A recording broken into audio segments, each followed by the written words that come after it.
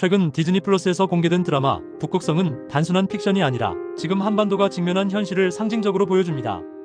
북한의 핵잠수함 위기를 둘러싼 전쟁 공포, 그리고 그 속에서 흘러나온 대사 한반도의 전쟁은 막겠다. 이 말은 드라마 속 대사가 아니라 우리가 반드시 붙들어야 할 현실의 다짐이어야 합니다. 그런데 지금 대한민국은 정반대 길을 걷고 있습니다.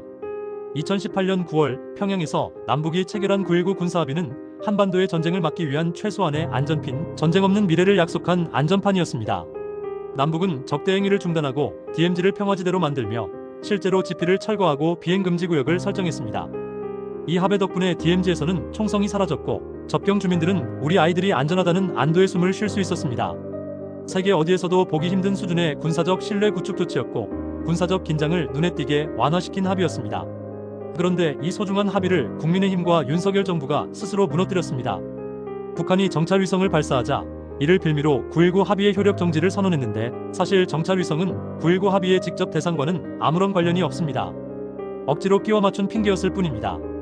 왜냐, 애초부터 윤석열 정부는 합의에 발목 잡히지 않고 대북강경 행보를 마음껏 하기 위해 이 안전핀을 제거하고 싶었던 겁니다. 군사분계선 인근에 무인기를 띄우고 심리전 방송을 재개하고 긴장을 고조시키기 위한 자유 말이죠. 하지만 결과는 무엇이었습니까? 얻은 건 없고 잃은 건 많았습니다. 합의가 살아있을 때는 북한이 도발하면 우리가 합의 위반이라고 국제사회에 당당히 규탄할 수 있었습니다. 하지만 지금은 그 명분조차 사라졌습니다.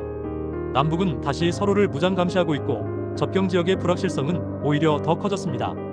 안보를 강화한 게 아니라 스스로 약화시킨 겁니다.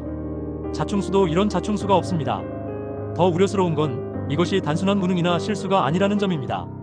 한반도 긴장을 고조시켜 계엄 선포의 명분을 쌓으려는 정치적 계산이 깔려있는 게 아니냐는 의심을 지울 수 없습니다.